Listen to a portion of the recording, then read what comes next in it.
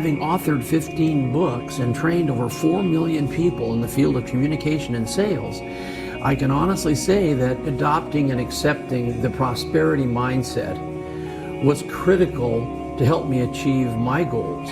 And I think Weldon Wally's story about handling adversity, overcoming challenges, and coming out to where he has today is such a vivid, true example of this concept. If you look at Weldon's life, that's exactly what he's done. I just feel honored to share the stage with him, and not only do I consider him a very good friend, but I consider him someone that is going to have a life-changing effect on many people in this world, especially those that will take what he says seriously and apply it to their life. Our next guest has an incredible story. Weldon Long is an entrepreneur, a sales expert, and a New York Times best-selling author. A New York Times best-selling author, entrepreneur, and professional speaker. Joining me now, Mr. Weldon Long. How are you, Weldon? How you doing, Mr. Lopez? Well, Taking steps to make fear actually work for you. Wally Long hit rock bottom, then he had a moment of clarity, and he chronicles his journey in his new book, The Upside of Fear. You hear his story, you're going to go, well, gee, my deal ain't so bad. Y'all welcome Weldon Long. Woo! Are you ready? Are you ready to rock your life? You got to dream big. Whenever you think you've got as big as you can get, go bigger. And when somebody tells you you can't do it, don't let them get in your way while you're busy doing it.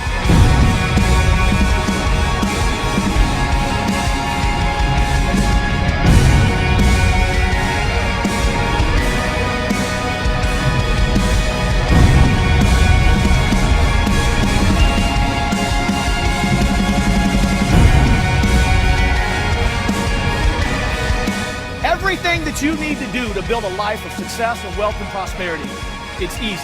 It's just a little bit easier not to. And there, my friends, no truer words have ever been spoken. It's actually easy to create what you want in your life, professionally, relationships, health, everything Brian was talking about. It's actually pretty easy. It's just a little bit easier not to. It's easy to run a service call or a sales call the way we should. Running the process that's been outlined for us, and probably a process that's been proven and tested through time to work. It's easy to use that process. It's just a little bit easier to drop off a bid and hope the homeowner calls you back, right? So we're going to talk about today about execution, about getting things done. One of the things I write about, Brian mentioned I've written several books. We're going to talk about today primarily the power of consistency, which is that middle book right there. And that book is about doing. It's not about saying, it is about thinking for sure, but it's about taking action, right? Will Rogers said that even if you're on the right path in life, you'll get run over if you just sit there. So when you think about building the things you want, and I love the fact that Brian talked about this isn't just about your profession. It's not just about your income. It's about your relationships, your health, your quality of life, your personal life, your private life. It's about improving all of those things. The beautiful part about the power of consistency, when you understand these principles, which we're going to talk about today, and you apply them in your career, you're going to make more money. You're going to make a ton more money. But you're also going to find that when you find these success principles, you will also apply them in other areas of your life. And that really is what this is all about, as Brian said. In the introduction of the power of consistency, I talk about the conundrum of human nature. And the conundrum of human nature is very simple. It's knowing what you want, knowing what you need to do to get it, and then not doing it, right? It's just called the path of least resistance. And so today we're going to talk about kind of two things, really. We're going to talk about the impact this industry has had on my life. And as you may have been able to tell there from the video, I speak in a lot of different industries. I've had a very successful writing and speaking career across many, many industries, but this is the industry I come from, the residential services industry. In my case, primarily HVAC, plumbing, electrical, but it could apply to any residential service. Doesn't matter what it is. The bottom line is it's about kitchen table sales. In fact, this book on the right there, Consistency Selling, I almost named that book Kitchen Table Sales, right? But we went with the consistency concept, and it's a principle that's embedded deep in the selling philosophy that I've created over the last 20 some odd years. But today we're going to talk about, as I mentioned, kind of what the industry's done for me, but we're going to talk about something a little bit different. I know many of you are franchisees in the Authority Brands Network. I see some other companies on there as well. But whichever organization you're in, I'm willing to bet there are some certain processes that you need to follow to be successful, whether it's answering the phone, booking a lead, running a service call, running a sales call. It doesn't matter what it is. There are processes. There's a right way and a wrong way to do things in business in general, certainly in our industry as well. And so the process of what you do, running a service call, running a sales call, those things, that's kind of the core activity, right? It's really, really important, right? The reason we use processes is because consistent results come from consistent activities. Random results come from random activities, right? So we have a process because the process is proven to produce the desired result. So when you think about your profession, you've got kind of this core concept of the process. But there are two bookends that often, very often, unfortunately, are overlooked. And I've built a career the last 20 some odd years teaching people these bookends. I teach the process too, but a lot of folks have the process. Most people have the process. It's the bookends that are the difference makers that takes you from mediocrity to, excellence in performance, excellence in achievement, excellence in your income, excellence in your job satisfaction, excellence in your personal life. And that is, the first bookend is the prosperity mindset. And that's what we're going to talk about mostly today, because you know your process and it's easy to follow your process. Problem is, it's just a little bit easier not to. So I'm going to talk to you about the mindset that we need to have to execute, to not just know what I want and know what I got to do, but to actually do it, right? Success is not a knowledge problem. Everybody knows what to do. If you don't know what to do, you can become an expert in it over a weekend with YouTube. We have access to information at a level never before seen in human existence, right? You can learn anything virtually overnight. So success is not a knowledge problem. The information, it's all out there. Success is an execution, an implementation problem. We're just not doing the things we know we should do. And so that's what the prosperity mindset is about. It's about driving the behaviors that produce the results.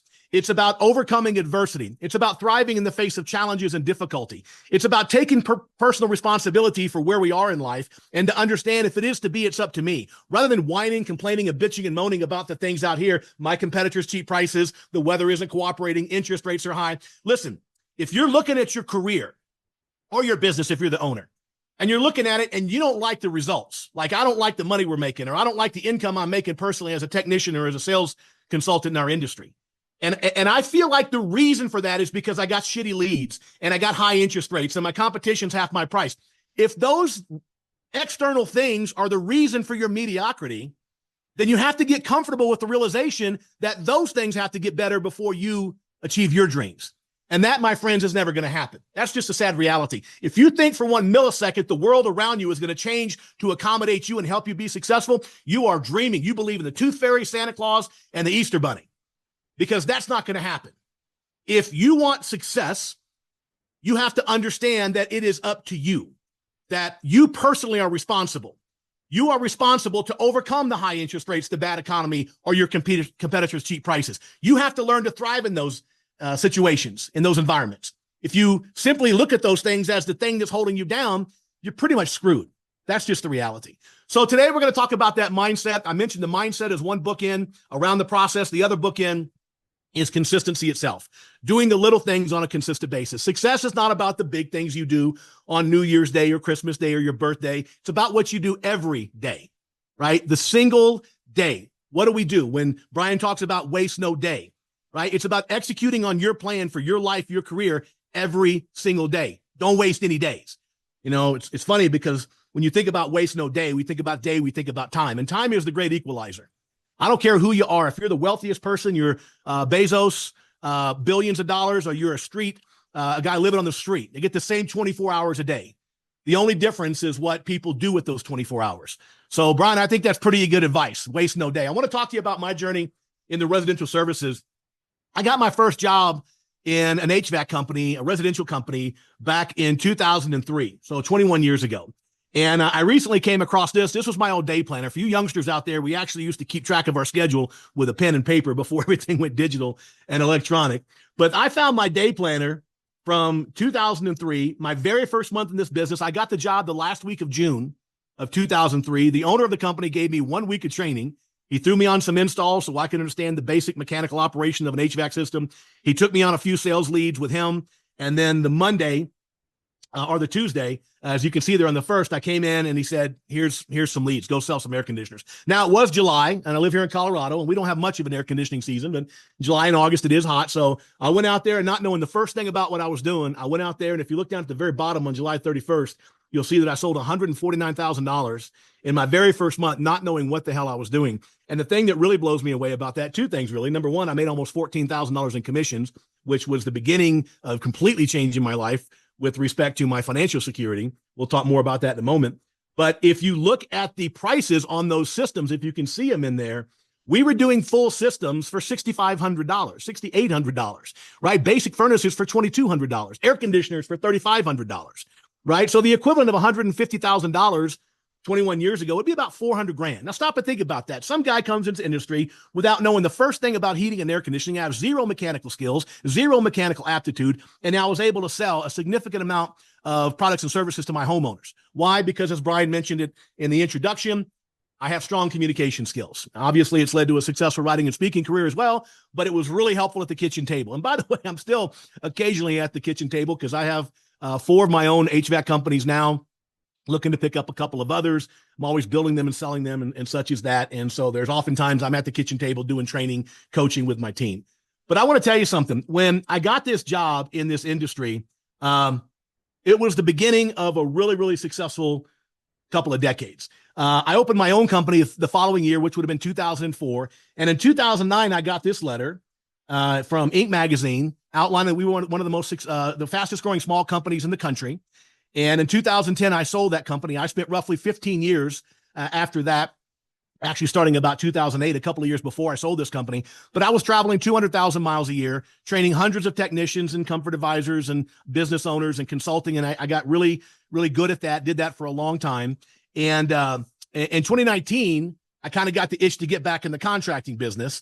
So I opened a small company here in Colorado Springs, Peak Home Performance. We opened this company in June of 2019.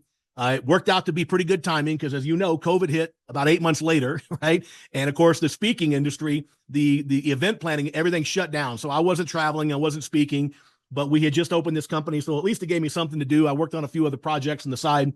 But that company I started 5 years ago. June of this year was 5 years.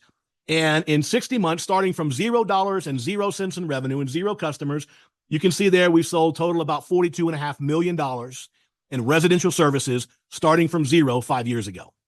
How is that possible? Well, we have processes just like you do, right? We got a process on how to answer the phone. We got a process on how to run a service call. We got a process on how to run a sales call. And the great news is it's all easy. The bad news is it's a little bit easier not to. But what we have, in addition to the processes, is the prosperity mindset. It's about the culture in my companies, right? Because when you go back to this 2003 2003, when I got this job, it meant the world to me. As I mentioned, it was a game changer because when I got this job, I was living right here. It's a halfway house. It's a homeless shelter for losers. And in January of 2003, I arrived there. It's at 3808 North Nevada, right here in Colorado Springs, not more than 7 or 8 miles from where I sit today. And it was a place for people who couldn't figure their lives out. I had no home. I had no car. I had no furniture. I had no family. I didn't have jack squat. I had completely destroyed my life. I was 39 years old, right? So any of you out there, by the way, that are thinking, man, am I behind the 8 ball here? Am I getting too old? I was here at almost 40 years old, 39 years old. Now, as bad as this place may seem to you, I will tell you that for me, it was a step up because the reason I was there is I had just served 13 years in federal and state prisons from 1987 when I was 23 years old until 2003 when I got out that last time. That roughly 16, 17 years, I spent 13 years walking prison yards. I was a 9th grade high school dropout, had no trades, no skill, no education, right? I heard Brian talking about people put all this emphasis on, higher education. Well, I went to jail, not Yale, right? I went to the state pen, not Penn State. Although these days, I'm not sure which is worse, to be honest with you. Hope we have no UPenn guys out there. At any rate, this was my life from 1987 until 2003. And if you want to get in on the details, we don't have time today. My first book, The Upside of Fear, talks about the whole story. And believe me, I bear it all out there. I hold nothing back. I was a knucklehead. I went to prison for robbery, money laundering, mail fraud, gun charges, you name it. I was not a nice guy. I was an idiot. I was a punk, and I was a wannabe thug. But anyway, I got here in 1987. in actually this same place we're looking at right here, and spent 13 of the next 16 years in the prison system. My life today looks a lot different, obviously, right? And it's funny because that halfway house is at 3808 North Nevada. And down here is, I could throw a rock and hit Nevada. I'm at the other end of town, right? Which is kind of cool. I love this picture here. It's one of my favorites. Number one, I love it because the juxtaposition of my life today. This is the same prison where I went in 1987 and 1988 when I was a kid. And if you could throw a rock over that guard tower there in the corner, you would hit the cell house I was living in 1987 and 1988, right? And so my wife and I were down there. It's in the southern part of Colorado, kicking around in one of the cars one day, and she wanted to get this picture. She wanted me to get up on that road there by the wall. I was pretty sure I'd get shot or arrested if I did that. So I pulled out. This is the public street that I'm on right there. But even that made me nervous, to be honest with you. And, so I had to jump out and take the picture real quick and, get in the car and let's go before they can do anything. But I love the juxtaposition. My life today is very, very different, as I mentioned, right? 13 years in places like this. My life today, it's not just about the financial success, the wealth, the prosperity, that kind of stuff. That's all great, right? Money doesn't buy happiness, but it does buy a lot of the shit that makes you happy, by the way. But we won't get into that. But family, this is what it's really all about, right? This is what it's all about. This is my wife, my stepdaughter, Skylar, who's now 20. This was taken when we got married about 12 years ago. My son, Hunter, if you read my books, you'll hear about Hunter. How did I do it? Why should you give a shit? This is the important point. Why should you care that I went through the life 25 years of homelessness, poverty, 13 years in prison, and then the life I lead today? Well, number one, there's two reasons I hope you care. Number one, it's a testament to our industry. Our industry is forgiving, it is kind, it is generous, and it will make you wealthy and give you financial security beyond your wildest dreams. I know because I've lived it. Right? Everything I have in my life today from a financial perspective, I owe to this industry. And yes, I've written books and speak in a lot of different industries, but none of that would have happened if this industry, the residential services industry, didn't pick my dumb ass up and wipe me off and give me a shot at building a real life for myself. So number one, I want you to know the opportunity in this industry. And number two, I hope it matters to you, because if I can do my job here in the next 30 minutes or so, and I take my job very seriously and explain to you the mindset that made all this possible, and you can apply that into your life, your already successful life, odds are you didn't get out of the penitentiary yesterday. Odds are you're not living in a shelter. My guess is you got a home. You probably got a beautiful family. You got a job. I know for sure a lot of the companies on here, Bill Weichels' company and other of the franchise organizations, I know they're great companies. I'm sure everybody on this broadcast is a great company. You got a great job. You got a great family. You got a place to live. Probably got a car, right? Imagine what these principles, when you consider what they did in my life to completely transform my life, imagine the impact of these principles in your life. Your already successful life. That's why I hope you care, because the prosperity mindset is the one thing that changes everything in our lives. So let's talk about it. So I want you to imagine right here in front of me, I have a box. And in that box is everything I need to build a beautiful motorcycle. All the components, the frame, the wheels, the engine, the handlebars, it's all in the box right there, right? And piece by piece, component by component, I start to remove the components of the motorcycle. I begin to assemble them, right, properly. I put the engine where the engine goes. I put the wheels where the wheels go, et cetera, et cetera. At some point, I look in the box, and the box is empty. I have successfully removed all the components and built the motorcycle, right?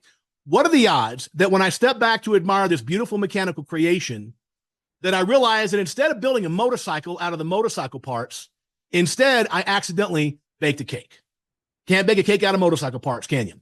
If it's a motorcycle in the box, it's a motorcycle outside the box. It's the same material, physical thing, correct? Correct.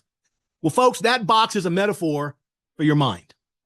And the components of your life, everything Brian talked about in the introduction, your wealth, your financial security, your relationships, your health, all the individual components of your life are already in your brain.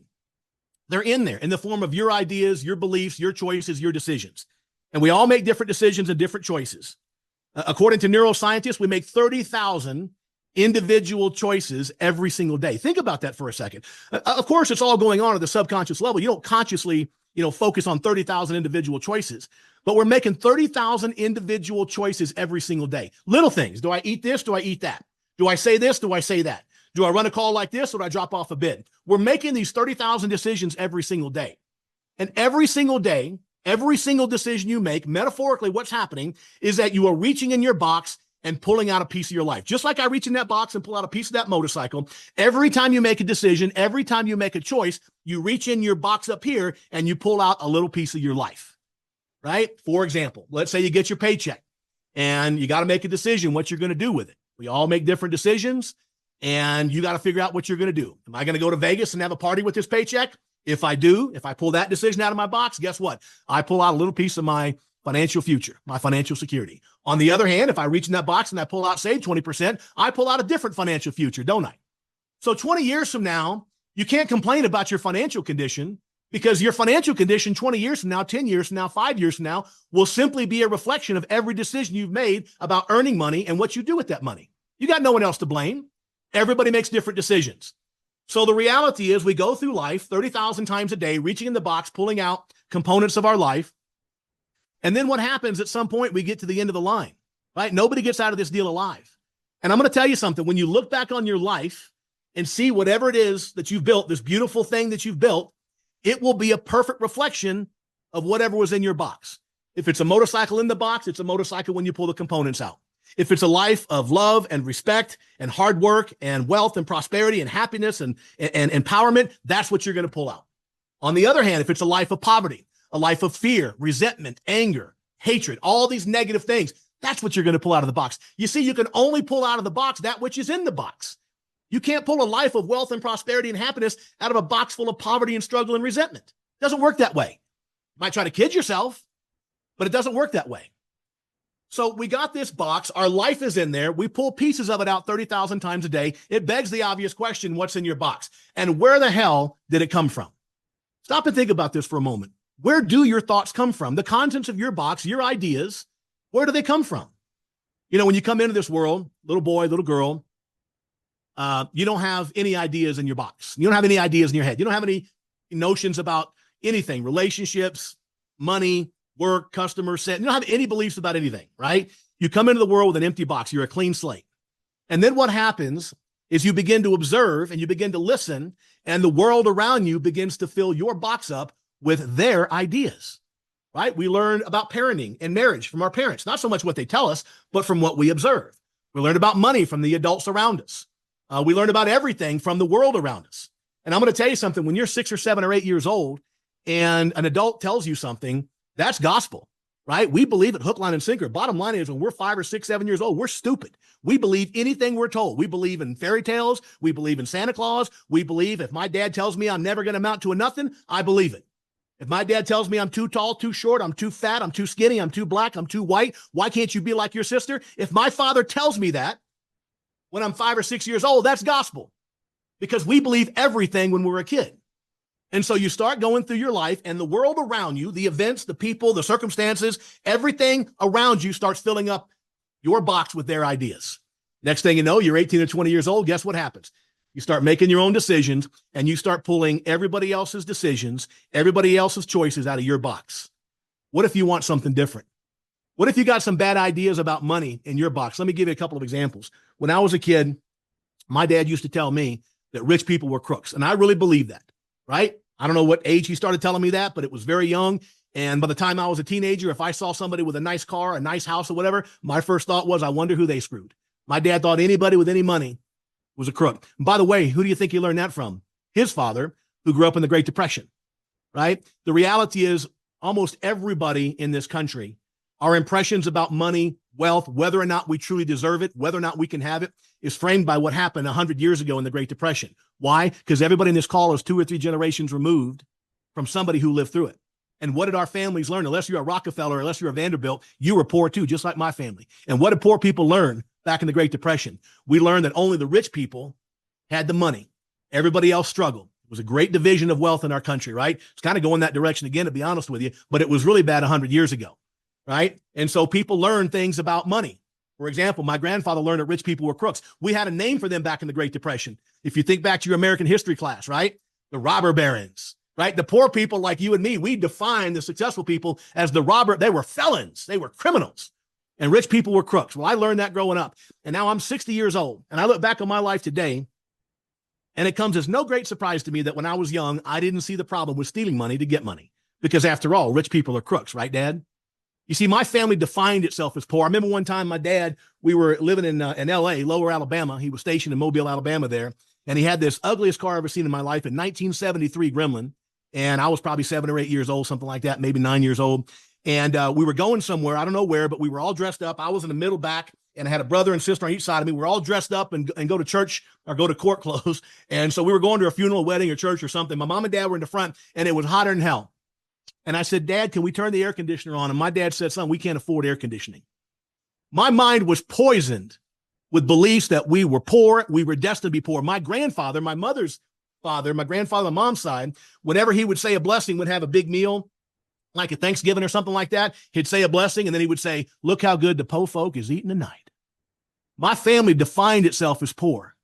I'm going to tell you something. My father's been gone. He passed away in 1996. To be honest with you, he was his death was the thing when I was in prison in 1996 that really, motivated me to change my life. But as much as I love my father, as much as I miss my father, my dad put a lot, what I call junk in my trunk, bad ideas about money, business, bad ideas about women, all these different bad ideas, because he didn't know what the hell he was doing with money or women, right? The way he treated my mother was horrible, right? The way he raised us around money, just scarcity, poverty, you name it, right? That's what we should expect. So you got to look at your life, and the realization we all have to come to is at some point, we have to make sure that what's in here is consistent with what we want out here.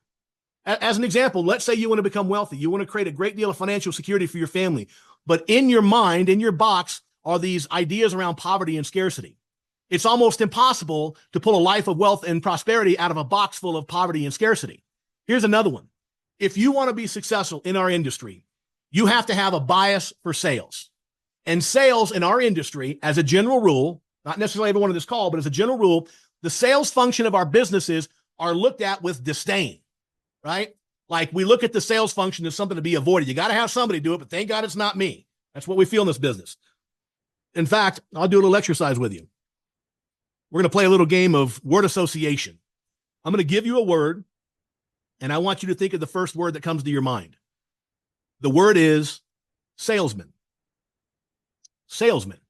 Now, I've been doing this for a long, long time, spoken to thousands of technicians, service techs, salespeople, operations people in our industry. And what I've learned is that when I say the word salesman, 2 out of 3 people in our industry have a negative word come to mind. Pushy, high pressure, snake oil, whatever, right? Now, stop and think about this. Suppose that you depend on somebody selling something to make your living, which you do, because nothing happens till something gets sold. And by the way, nothing gets sold till somebody sets a damn lead, right? So if you make a living, you are making a living because somebody sold something. And if fundamentally you look at sales as this negative thing, how are you ever going to get good at it?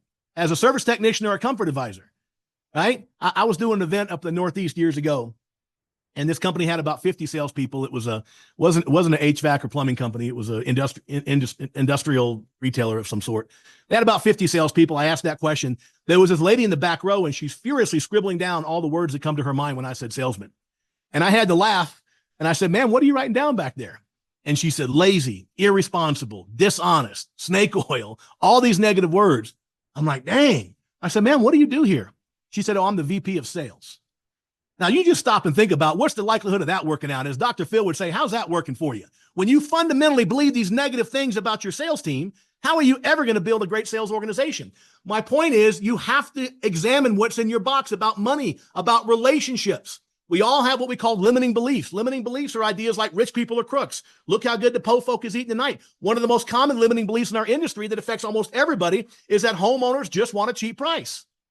If that's your belief, how are you going to bring out of that box a decision that is a top producing comfort advisor or service technician? If fundamentally you think it's just about price, it's not true, and it's never going to happen. The truth is, plenty of homeowners care about value and quality and service. It's our job to teach them. Let me give you a little idea here. This is why everything comes out of the box, right? Everything comes out of the box because of the subconscious mind. When you have a thought, any thought, it sends a signal across your brain to a part of your brain called the hypothalamus. And when the hypothalamus gets the impulse, which is just like a little bolt of lightning across your brain, when the hypothalamus gets that bolt of lightning from the thought, it starts secreting chemicals that trigger the corresponding emotion. So as an example, if you get angry or you get mad or you get scared, your brain starts producing epinephrine and adrenaline. And then you start feeling angry or scared, right? If you're happy and you're feeling love or happiness, whatever, towards your family, your brain starts producing dopamine and endorphins, and you start feeling happy and loving. Our emotions don't happen in a vacuum. They are simply a chemical reaction to our thoughts. So the thought triggers the emotion then triggers the behavior, and the behavior, of course, produces the result. So here's kind of the good news, bad news. The good news is that your behaviors and your emotions are always a reflection of what you're thinking. Always. Your thoughts drive the emotions and behaviors. Here's the bad news. Your thoughts are driving your emotions and your behaviors, even if the thought is wrong. This is the massive danger of limited beliefs, of wrong thinking. For example, let's take the example we just talked about. Let's say you're a comfort advisor or a technician, and your core belief is that people just want a cheap price. If people just want a cheap price is my core belief, and I knock on that door, what emotion is the very natural emotion that comes from the belief people just want a cheap price? My emotional state would be, here we go again. Another cheap homeowner. All they care about is a cheap price. What behavior does that drive? Do you walk in the house and do a dynamic, value-based sales presentation? Of course not. In your mind, it's just about a cheap price. So what do? What's your behavior? You get the price as low as you can, as fast as you can. What's the result? You sell very few systems, and what you do sell are very low margins, right? It's become a self-fulfilling prophecy. Imagine this scenario. You go to the theater, you go to the movie one night, and you're walking out of the movie. It's late at night. You're with your spouse and a couple of kids, right? Maybe your kids, maybe your nieces, nephews, but you got some kids with you. As you're walking across the parking lot back to your car, some guy comes running towards you, and he's screaming as he runs towards you and your family. He's got a knife in his hand. He's covered in blood. He's running at you and your family as if he intends to do you some serious harm, right? Within a nanosecond, your brain starts saying danger, danger, danger. Within another nanosecond, the brain's producing epinephrine and adrenaline, and now you feel that heightened sense of anger and fear and all the things that we wrapped up with somebody charging at you with a knife, and now you got to take some action, right? Because your emotions are going to drive some behavior, fight or flight. Those are your two options. Well, you decide very quickly you can't run because you got kids with you that can't outrun this guy, so you decide very quickly, in an effort to protect your family, you got to fight. So you step towards him to put some distance between this person and your family, and you swing and you connect him, you catch him in the jaw, bam, you drop him like a sack of potatoes. What's the result? You protected your family. That's just the way it's supposed to work. 30,000 times a day. Thought triggers emotion, reaction, results. Boom, boom, boom, 30,000 times a day. So far, so good, until the police show up. And when the police show up and the guy regains consciousness, you realize that your thought was wrong. Your thought was inaccurate. As it turns out, the guy was no threat to you whatsoever. It was a teenager with a fake knife and fake blood running across the parking lot to meet some friends for a Halloween party. You assaulted a perfectly innocent teenager because of your inaccurate thought. But here's the question. Even though your thought turned out to be wrong, how real were the emotions that you felt when it was happening? Very real. How real was your behavior of swinging on him? Very real. How real is the result of his broken jaw? Very real. You see, you can produce a self-fulfilling prophecy. Even though your thought is wrong, the emotions, behaviors, and results are very, very real in your life. So you got to be careful about what you're thinking. You got to think the right things. As I often say, you got to learn to think about what you think about before you think about it. Because your thoughts are driving your emotions and behaviors and result. You got to make sure that your thoughts are consistent with what you want as a grown person, man or woman. Now, as I mentioned, all of this is happening at the subconscious level. The subconscious mind, you have to understand, is 10,000 times more powerful than the conscious brain, right? The subconscious mind is the most powerful problem-solving supercomputer in the history of the world. It will solve problems for you that you consciously can never figure out. Have you ever had the experience where you're trying to figure out a problem, maybe a mechanical problem, relationship problem, money problem, whatever, and you can't figure out the solution? And then all of a sudden you wake up in the middle of the night, bam, there's the answer. We've all had that experience. Why? Because the subconscious mind will solve any problem you give it. It works night and day, 24/7, 365 to solve the problems that you give it. Now, I will tell you this, as good as it is as solving problems for you in your life and getting you where you want to go, it's also a lousy judge of character. In other words, your subconscious mind will act on negative ideas and negative thoughts just as effectively as positive thoughts. This is why it's so important that you make sure that you have to exercise domain and dominion over what goes in your brain. You have to be careful who you listen to. You have to be careful what you read, what you hear from people, what you read in books or watch on television, because all these ideas go in there, and for better or for worse, your subconscious mind is grabbing them and moving them towards fruition. The most negative ideas. You ever watch these Forensic Files and Datelines? Every day there's a new episode. Some dumbass thinks he's going to get away with killing his wife. Now, where in the world do you start getting a plan to kill your wife, right? It's because some dude got some negative idea and the subconscious mind starts acting on it. And next thing you know, he thinks he can hide the cell phone and hide the girlfriend and hide the money and get away with it, right? He never does.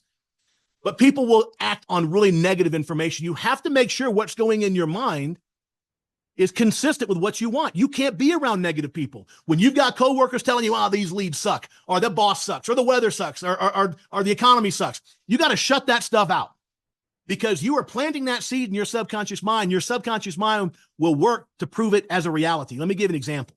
One of the things I love to use is a dream board.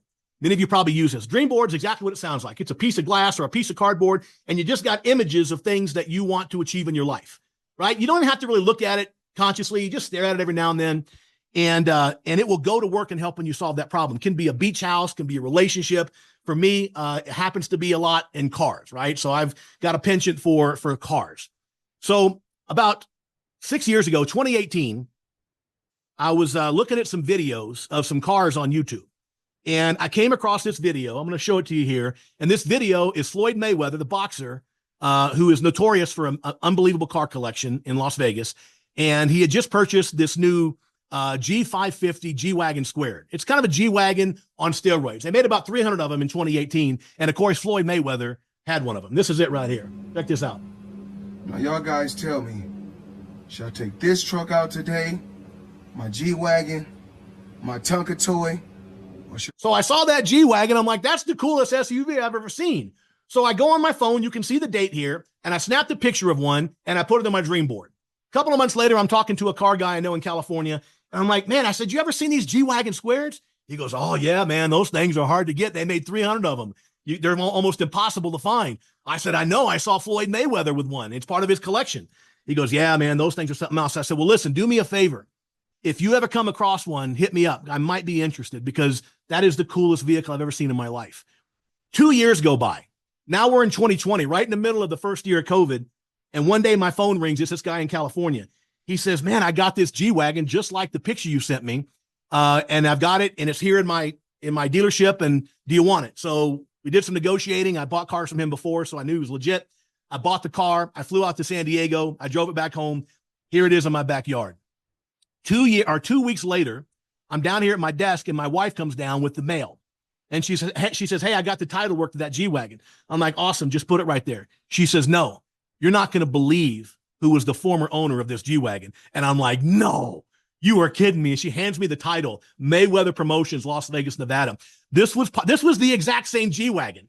It was part of Mayweather's collection. Why he got rid of it, I have no idea. But it was the exact same G-Wagon, not one like it. It was the exact same one. And folks, I could give you 100 examples of this kind of stuff happening in my life. It's insane. You have to expect great things. You have to expect great things in your life. I was talking to a young man. This was many years ago, about 25-year-old kid, had a plumbing company. And I was doing an event. He was talking to me at one of the breaks and he's like, man, business sucks. I can't make any money. My competitors are cheap and homeowners are cheap and belly aching. Then he says, yeah, my dad had the company before me. My dad never had any money. He's belly aching about his dad being broke. And then at one point he spewed the limiting belief that characterized and explained all of it. He says to me, he goes, well, it's like my daddy always said, plumbers don't drive Cadillacs. And I'm like, there's your sign, right? That belief system that his father had was destroying him. Well, as it turned out, about 2 weeks later, I happened to be down at Tampa, Florida with actually Scott Vigue. Many of you guys know Benjamin Franklin and 1 hour down in Tampa Bay, Florida. Scott had invited me down to two days of on-site training. One of the most successful plumbing guys in the country, by the way. And after day one of the training, Scott invites me out to his house. He goes, hey, I want you to come out. I got a new boat I want to show you. He just had this new house he got on the water there in Tampa. And so I went out there after and Melanie, his wife, as I was pulling in the driveway, she's backing out of the garage. What do you think she's driving? Exactly. She's driving a Cadillac Escalade. And I had to laugh. This was 2 weeks after I talked to this kid. I had to laugh. And I said, well, I guess some plumbers do drive Cadillacs, don't they? So then we get in her Cadillac. We drive around this marina. And Scott's new boat turned out to be a 65-foot, $3.5 million yacht. I mean, it was unbelievable. And I'm like, dang, I guess some plumbers drive Cadillacs and yachts, right? But here's the question. Plumbers don't drive Cadillacs. Plumbers drive Cadillacs and yachts. Guess what? Which one is right? Of course, they're both right because they are both products of their expectation. They are both products of what they believe is possible for them in their lives. So obviously, we don't have time to get into the whole program. By the way, you can check out my books. You can get them on audio. You can get the books. We have a lot of stuff on the Authority Brands training site that we produced years ago that you guys have access to if you're one of the franchisees. But the bottom line is you've got to change the contents up here. And there's a very simple process to do it. It's a 2.5, 3 hour training program, but I'll just give you a couple of highlights right here. The number one thing you have to do is understand that your thoughts are creating your life, right? As Napoleon Hill once said, thoughts are things, right? As Emerson said, we become what we think about all day long, right? This was all the stuff I was learning after my father died in prison, and it was the stuff that completely changed my life, right? So again, I don't come by this like I think it might work or it's some shit I read in a book. I'm just telling you, this is what changed my life. Yes, the processes were important. You had to get good at business and sales, but without the mindset, it wouldn't have mattered. So you got to get focused on what you want. First and foremost, you got to decide, what do I want?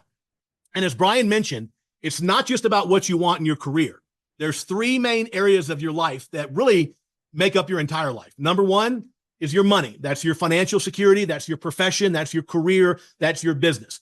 What do you want with your financial situation, right? Be specific, right? James Allen said that dispersion is weakness. Concentration is power. You got to know exactly what you want. And so maybe it's a certain income. I earn X amount of dollars per year. Maybe it's a sales goal. Maybe it's, I want to retire at 50. Doesn't matter what it is, as long as it's specific. So what you need to do is to look at your financial situation and get specific on what you want to accomplish. Just one or two goals, right? Again, retirement age, amount of money you want in the bank, amount of money, doesn't matter as long as you're specific. Then you got to look at your relationships, right? Now, your relationships can be your spouse, can be your family, your community, your friends, whatever it is. Have one or two relationship goals. It might be to become a better father, a better mother. It might be to mend a broken relationship, right? That happens a lot in families and friends, right? So have yourself one or two relationship goals. And then health. Now, your health could be mental, spiritual, or physical, but you need to have one or two health goals, right? Maybe you want to run a marathon. Maybe you want to become a deacon in your church, right? That would be a spiritual goal. Get clarity on what you want on those three areas, because I'm going to tell you something. If it's not in those three areas, it probably doesn't matter. It's probably not a priority. Your money, your financial security, your relationships, and your mental, spiritual, and physical health really is what matters in life, right? So you got to get clarity on what you want in each of those areas. Then once you get clarity on what you want, you have to look at it and say, okay, what do I need to do every single day to move closer to these dreams? Now, not 10 things or 50 things, only one or two. What one or two things do I need to do every single day that will move me closer to this income goal, relationship goal, whatever it is? It's very important to keep it simple, right? Lao Tzu, a couple of thousand years ago, said the 1,000-mile journey begins with a single step, right? And you've also heard of the old Pareto rule, right? 80-20 rule. 80% of your results come from 20% of your behaviors.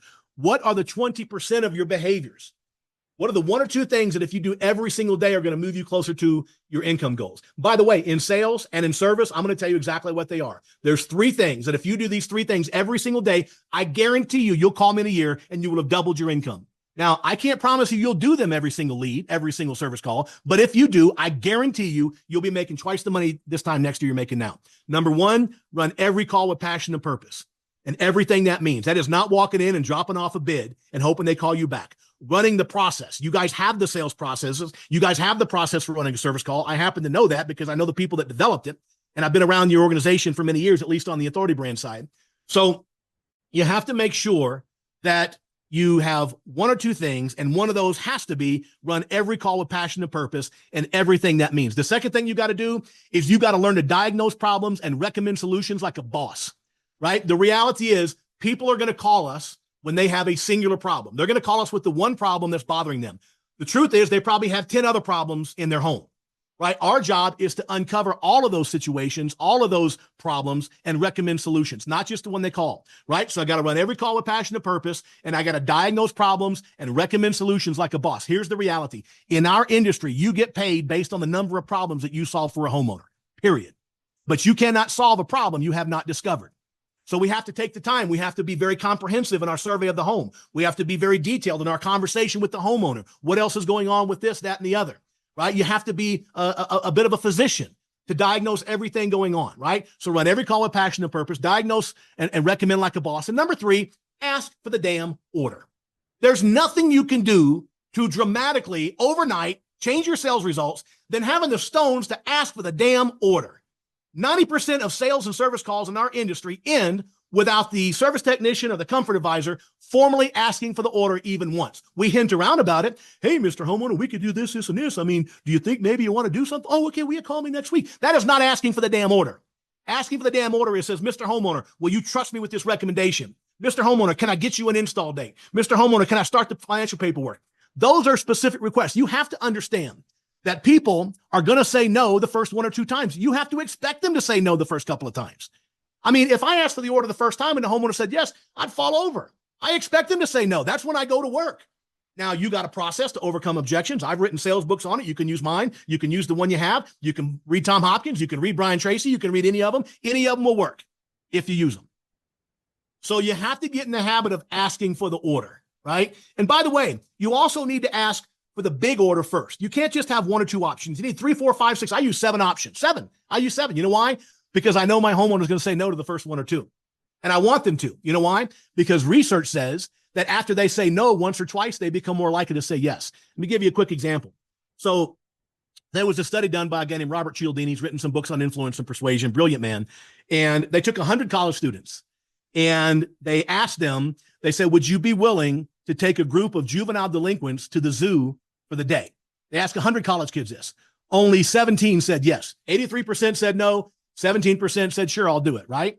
Then they went to a second group of 100 college students, and they asked them the same question, but they asked another question first. And the first question they asked was, to these 100 college students, would you be willing to mentor a group of juvenile delinquents for 2 hours a week for 2 years? And every one of them, 100 out of 100, said, hell no, I don't have time for that. And then they said, oh, would you be willing to take them to the zoo for a day? And 50% of the kids said yes. 17% in the first scenario. That tripled to 50% in the second scenario. What's the difference? Well, it's called the concession principle. The reality is if I ask you for $5, there's a certain percentage of you that would give me the $5. But if I ask you for $20 first and you say no, and then I ask for $5, more of you will give me the $5. It's just human nature. What does that mean for us? That means when you first ask your homeowner, you better be asking for that $25,000 or $30,000 order with the expectation they're going to say no. Now, sometimes they'll say yes, and you can fall over like I would, like a feather would knock me over. I expect them to say no. I expect them to say no to the $23,000. But I know the research, human nature says if they say no to that and no to this, they became way more likely, 3 times more likely to say yes to my 17 or my 18,000 or whatever your numbers are. My point is, you have to ask for the order. You have to ask for the order a couple of times. Now, if you just keep asking for the same thing, now you're going to be berating people. Right? Now you're just going to be a sledgehammer. Homeowners don't like that. They're not going to fly for that. So you can't say, will you buy it? Will you buy it? Will you buy it? Will you buy it? They're going to get annoyed. But if you say, do you want to do this? And they say, no, say, oh, that makes sense. How about this? Oh, no, how about this? Right? You're asking 3 or 4 times, but it's a different ask every time. So you're not annoying the hell out of them. Right? They're looking at different options as they kind of come down that mountain. Critically important. Run every call with passion and purpose. Make sure that you're diagnosing problems, recommend solutions like a boss, and ask for the damn order. Those 3 things will be a game changer in your life. And I think that's about it for our time. I just want to say thanks to Brian for having me on, and thanks to all of you guys. By the way, I do a training every morning, and you guys can get that for free. It's 3 to 5 minutes every morning, comes right to your cell phone. And I'm going to tell you how to get it right now. You go to, you text Weldon L, Weldon Long, capital W, well done, W-E-L-D-O-N, capital L, all one word, Weldon L. Text that to 206-410-8853. 206-410-8853. If you need that information, again, shoot me an email at weldon@weldonlong.com. And that will give you free trainings. I do 3 to 5 minutes of this kind of stuff every morning, comes right to your phone. You can listen to it on the way to your first call, right? It's very, very powerful, and it's consistency. It's not about the big things. It's about doing the little things every single day. So with that, we're going to wrap it up. I want to thank everybody who joined us today. Brian, thanks for the invitation. And I guess with that, Brian, I don't know if I toss it back over to you or if I just wrap it up for the day, but you guys let me know. What do we do next? Do I just hit close? So give me that one more time. Okay. You're getting it. You're getting a very muted applause from the Phoenix guys, and I'm with them on that one. I want raucous applause. Here's what I'm going to do. I'm going to go to my text message because my speaking managers texted this to me. So can you see it right here? This right here, text Weldon L to 206-410-8853. And again, if you can always text me at weldon@weldonloan.com, and hopefully you guys could see that. But if you don't, Brian, if you just want to shoot me an email, I'll send it to you. I'll have Krista send it to you. Anybody else knows how to get. I got it on the board right here. What's that? I got it on the board right here. Awesome. Sarah, if you want to switch over. There we go. Coolio. Cool. Well, guys, I appreciate it. It's always fun chatting with the like-minded people in the industry. And get out there, kick some ass, take some names, and have a great rest of your week.